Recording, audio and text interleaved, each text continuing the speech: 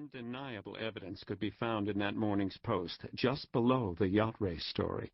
On the left side of the front page, in bold black letters, was the headline that had filled School Street to bursting. "Doubles the money in 3 months." The Post reporter had visited 27 School Street a day earlier and acquired a basic understanding of how the Securities Exchange Company claimed to create spectacular profits for its investors. The unbylined story even described the Locomobile limousine and the boss's Lexington home, which was furnished with the best, and does not give the impression of nouveau riche either, for the fine Italian tastes of the owner fix that. The man who owned the fine home, the flashy car, the Securities Exchange Company, the adoration of the people on School Street, and anything else he cared to buy, was named Charles Ponzi. Reading the Post story that morning, Ponzi could chuckle with appreciation of his good judgment in granting the reporter access to his office and home. He had handled the interview himself, but from now on he would rely on advice from a publicity man he had just hired, an ex-reporter named William McMasters. At first, Ponzi had been skeptical about publicity. He had not needed much to achieve success that approached his wildest dreams, but his gentle treatment by the Post made it seem as though every card he turned would be an ace. The front-page Post story eclipsed 2 previous stories Boston papers had printed about him and his business. The first, 6 weeks earlier in the Boston Traveler, had described his company in flattering terms, but never mentioned it or him by name. Still, word had spread as to the identity and location of Ponzi's operation, and hundreds of thousands of dollars had poured in during the weeks that followed.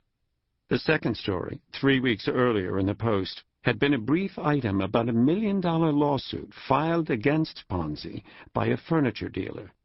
That, too, had helped. The fact that he was rich enough to be sued for $1 million had attracted swarms of new investors.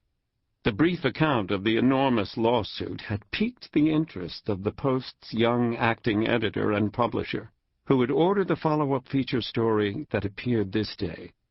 In it, the Post reporter printed Ponzi's comments at length and without challenge, as though Ponzi had delivered them with his hand on a Bible. During the course of several hours of discourse, the 38-year-old entrepreneur had offered a condensed, sanitized version of the 17 years since he had emigrated from Italy.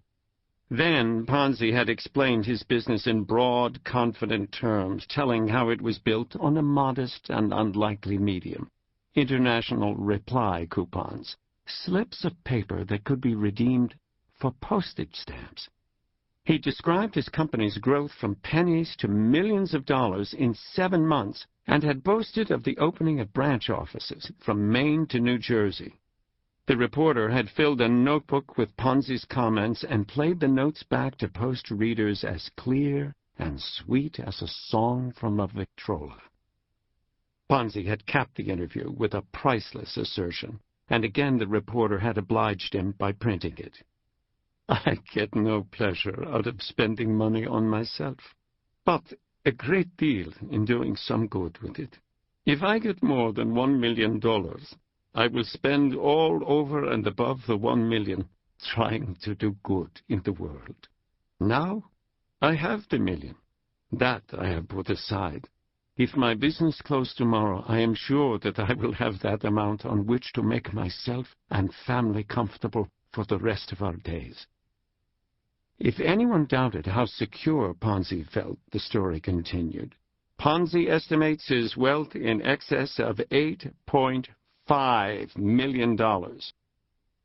With a maestro's touch, Ponzi had struck a perfect balance among the forces competing to control the new American identity: altruism and avarice.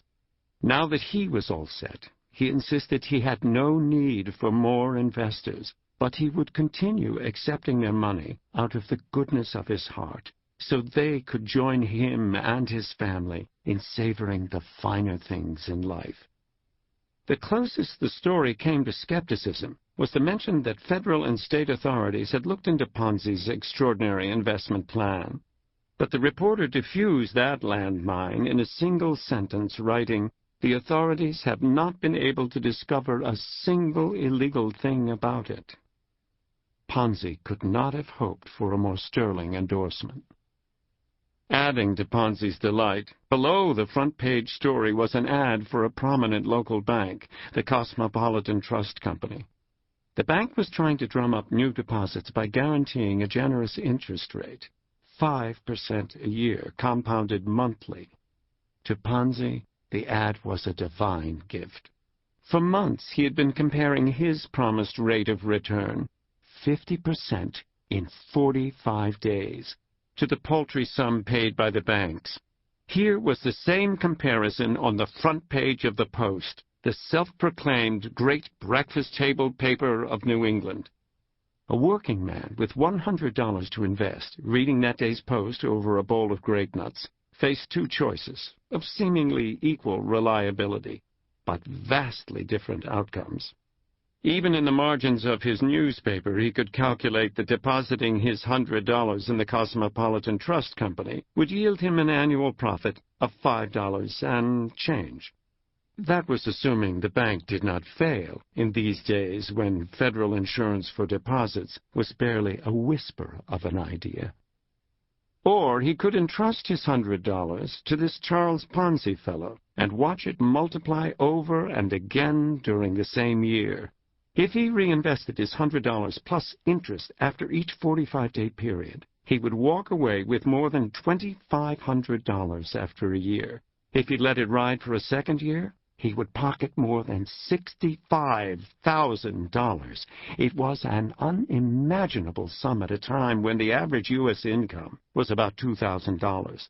The president of Harvard University was paid $6,000. A can of codfish cakes for a family of 3 cost 25 cents, and the newspaper he held in his hands cost 2 cents.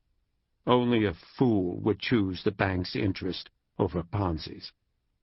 Having read the Post and done the math, would-be investors had begun assembling on School Street long before the locomobile had even started the trip from Lexington. They came from all corners of Boston and beyond, a miniature League of Nations, with immigrants brushing shoulders with Brahmins, Italians mingling with Spaniards, Irish alongside English, Greeks chatting with Poles. Among them were Swedes, Frenchmen, Jews, blacks, and Portuguese, new and old Americans. Kitchen maids stood alongside businessmen. Office boys squeezed against society matrons. It was the one place in the tribal city where the only denomination that mattered was engraved on the bills clutched in the investors' hands. While some had come because of the Post story, others had heard from friends and relatives of the profits to be found on School Street.